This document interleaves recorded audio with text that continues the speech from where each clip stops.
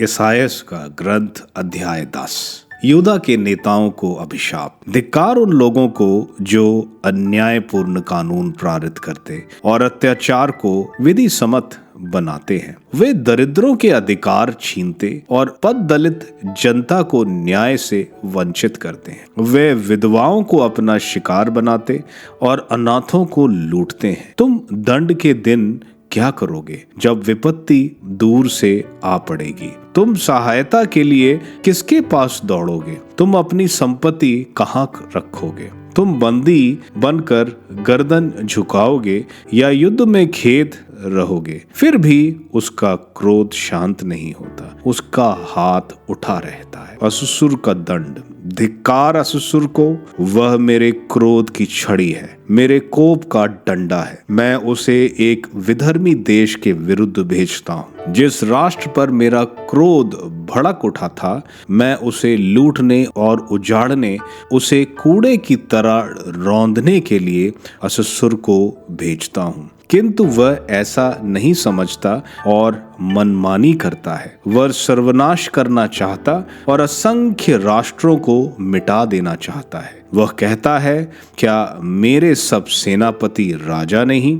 क्या कलनों के साथ वह नहीं हुआ जो करकमिश को हुआ था? क्या हमात के साथ वह नहीं हुआ जो अपराध के साथ? और समरिया के साथ वह नहीं हुआ जो दमिश्क के साथ? मैंने ऐसे राज्यों को अपने अधिकार में किया जहां यरूशलेम और समरिया की अपेक्षा अधिक देव मूर्तियां थीं। तो मैंने समरिया और उसकी देव मूर्तियों के साथ जो किया, क्या मैं वही यरूशलेम और उसकी मूर्तियों के साथ नहीं करूंगा? जब प्रभु ने सिय्योन के पर्वत पर और यरूशलेम में अपना समस्त कार्य पूरा किया होगा, तो वह यह कहेगा, मैं अश्शूर के राजा को उसके अहंकार, हृदय और घमंड से चढ़ी हुई आंखों के कारण दंड दूंगा, क्योंकि उसने कहा, मैंने अपनी शक्ति, अपनी बुद्धि और अपनी चतुरता से ऐसा किया है। मैंने राष्ट्रों के सीमांत मिटाए और उनकी संपत्ति लूटी और राजाओं को बलपूर्वक उनके सिंहासनों से गिरा दिया। जिस तरह लोग पर्याप्त नीड़ से अंडे निकालते हैं, उसी तरह मैंने राष्ट्रों की संपत्ति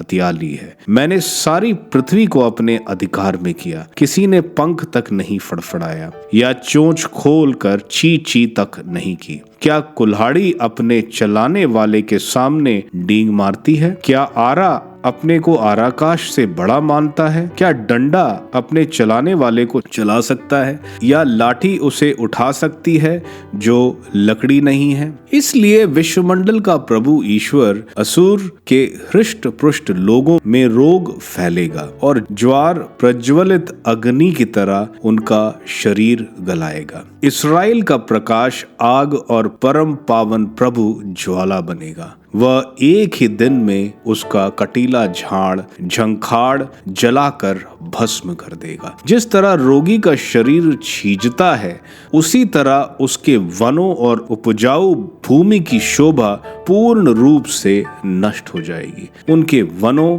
के इतने कम पेड़ शेष रहेंगे कि बालक भी उनकी संख्या लिख सकेंगे। इस्राएल का अवशेष। उस दिन इस्राएल और याकूब के बचे हुए लोग उस पर निर्भर नहीं रहेंगे जो उनको मारता है, बल्कि वे सारे हृदय से प्रभु इस्राएल के परम पावन ईश्वर की शरण आएंगे। बचे हुए लोग, याकूब के बचे हुए लोग सर्वशक्तिमान ईश्वर के पास लौटेंगे। इस्राएल तुम्हारी प्रजा भले ही समुद्र तट के रेत कणों की तरह असंख्य हो, किंतु मिट्टी भर लोग ही लौटेंगे। विनाश का निर्णय हो गया है, किंतु वह न्यायसंगत है। विनाश का जो निर्णय हुआ है, उसे सर्वशक्तिमान प्रभु ईश्वर समस्त देश में पूरा करेगा। इसलिए सर्वशक्तिमान प्रभु ईश्वर यह कहता है, सिय्योन में निवास करने वाली मेरी प्रजा, असूर से मत डरो,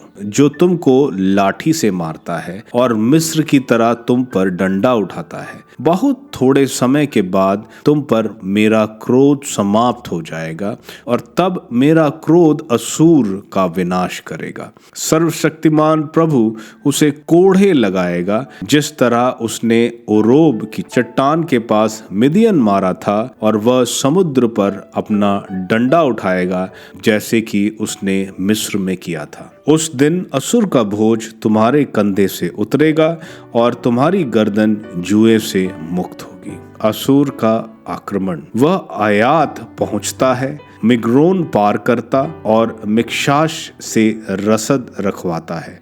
वह घाटी पार कर केबा में रात बिताता है। रामा नगर थर थर कांपता और साउल का गिबवा भाग जाता है। बत गलीम दुहाई दो, लयाशा सुनो, अनातोत पर शोक, मदमेना प्राण बचाकर भागता है। केबीम वासी भाग रहे हैं। आज ही वो नोब पहुंचकर सियोन की पुत्री के पर्वत को, यरूशलेम की पहाड़ी को धुआं दिखाकर धमकी देगा। देखो, सर्वशक्तिमान प्रभु ईश्वर प्रचंड प्रहार से डालियां छाटता और विशाल वृक्ष काटता है। जो सबसे ऊंचे हैं वे गिरा दिए जाते हैं। घना जंगल कुल्हाड़ी से कट रहा है और लेबनोन के विशाल वृक्ष धाराशाही हो रहे हैं।